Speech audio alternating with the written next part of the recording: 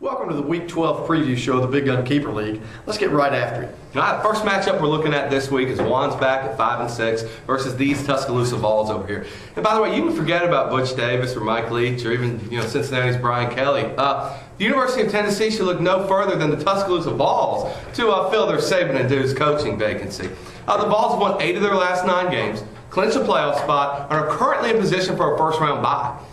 Juan is backed into a corner and is 1 game out of the playoff picture, and another loss may be too much to overcome this late in the season.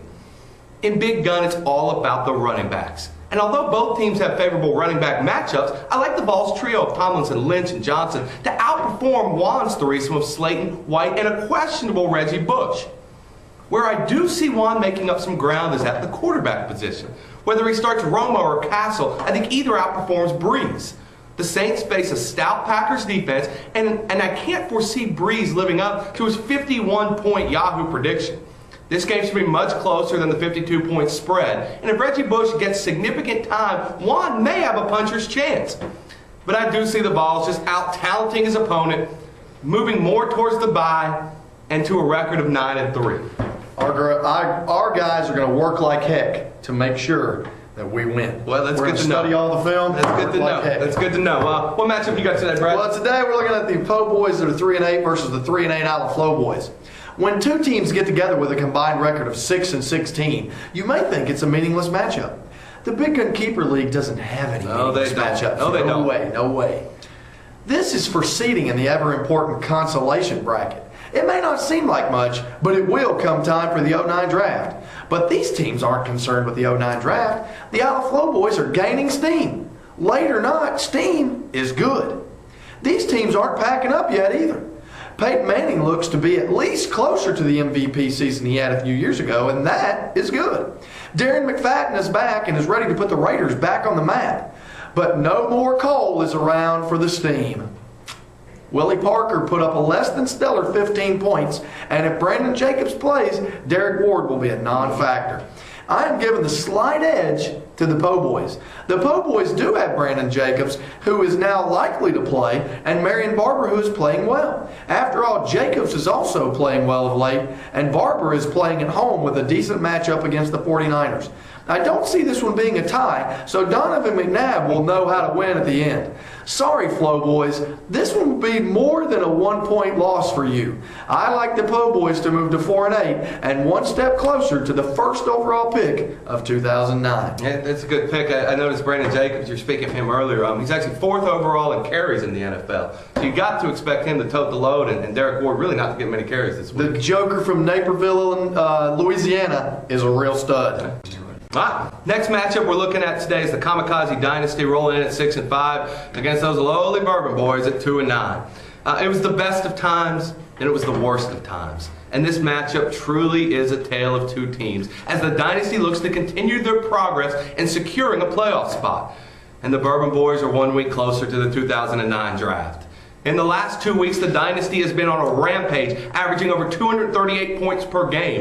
In that same time frame, the Bourbon Boys have only mustered 142 points per game. That's not a lot. The Bourbon Boys do have a slight chance this week, though. 4 of Kamikaze's 8 position players face either the Giants or the Bills, who are 2nd and 13th, respectively, in total defense. In addition, Brandon Marshall faces an improved Raiders pass defense, and Kevin Smith goes against the Bucs' 12th ranked rush defense. You're thinking to yourself right now, the Bourbon Boys really do have a shot. Yes, they do, but they're going to have to put points on the board. MJD, Ronnie Brown, and Jonathan Stewart should be solid this week, but with a receiving core of Gage, Walter, and Roy Williams, the boys' running backs need to be more spectacular than solid. It could be close, but the Dynasty has a little to worry about this week as he moves to 7-5. Closer to the playoffs, 7-5. That's absolutely right. They'll probably be very close to securing the spot. Kamikaze Dynasty really needs this game. I agree. In the next matchup, we have the D-Boys at 8-3 and the Capital Punishment at 6-5 in what some might call the game of the week. This matchup pits one team who's already in the playoffs against another team who's knocking on the door. Will D-Boys let Capital Punishment in? Not so fast. The D-Boys is the projected winner by Yahoo at 188 to 164. The boys also have Jay Cutler with the hot hand, and Anquan Bolton is the hottest wide receiver in the league right now. But Brian Westbrook is not at 100%. Kellen Winslow is currently listed at questionable, and Jamal Lewis is looking older with every game he plays. Not only do D-boys have many questions, but the punishment has fire in their veins. Patton told his troops they were going to run through the Germans like crap through a goose. Does the D for the boys stand for Deutsch? Phillip Rivers hosts the Colts, who give up a lot of crap. Points. Santana Moss and Plaxico Burress traveled to NFC West opponents in the Seahawks and the Cardinals, and Michael Turner is playing well lately, especially in the Georgia Dome. But they host the Panthers. Not a great matchup. And in the end, the D for the boys stands for don't have to play in the first round, as the boys will move to 9-3 and get one step closer towards that first round bye. I'll be honest, I'm happy to say I'm probably a punishment fan this weekend. Oh, I'm for the punishment, I tell you. It'd be nice to kind of slow that D train roll at this point. I hope so. Sorry, D-boys, but we're coming after you, baby. Now it's time for the Week 12 Game of the Week. Well, to start with, it is myself, the T-Town Terror at 7-4, going against the Ass Whoopin' Click, also at 7-4. Now me, the Terror, we're on a 2-game skid and have slipped from the league lead to tied for 3rd place. And if I have a chance for a first round bye, I have to get past the Click this week. But look for my running backs to really carry me. Forte, Gore, and especially Portis have been somewhat disappointing the second half of the season, but all face teams in the bottom half of the league in stopping the run. Jason Campbell should be solid against the Seabags. My biggest question going into this week is whether to play Steve Breston or Calvin Johnson. Breston may be the trendy pick, but CJ always seems to find a way to catch a meaningless touchdown late in the game. Yahoo has me putting up 203 points and winning. You know, and who am I to pick against the expert? They're an expert for a reason, right? I'll follow Yahoo's lead and take myself. Oh, wow, you got to watch taking Yahoo's experts. In what could be called the Liddell Betzer off event, the Click did some ass whooping of the Yahoo experts team. I won't quote the Click here, as this is PG-rated TV. But needless to say, I think the Click will be going on more of a gut instinct this week. I am not much of a betting man, but you can bet this game of the week has 2 bona fide championship contenders. In fact, the winner is not only guaranteed a playoff spot, but will put pressure on the top 2 for a bye. The Yahoo experts predict a Click ass whipped, but we're not interested in that. Aaron Rodgers and Ryan Grant will be playing at the Saints on Monday night. I like this.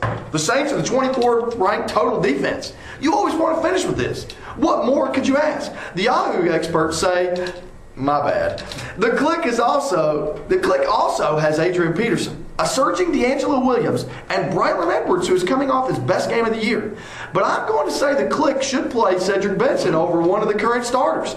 You have to find a way to play Benson at the Steelers.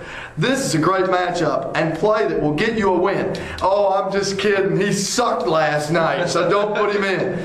But now that Liddell Betzer off, the Click's team feels safe to bet on them. I like the Click to pull the upset and gain momentum into the playoffs. If I'm wrong, though, I can take it. I'm a man. I'm about to turn 32. Well, that's a great speech. I'm happy that I wish he had played Cedric Benson last night, but this should be a good overall matchup. This is going to do it for the Week 12 preview show. I'm Brian Pirano. I'm Brian Armstrong. Please enjoy your fantasy Sunday and Monday.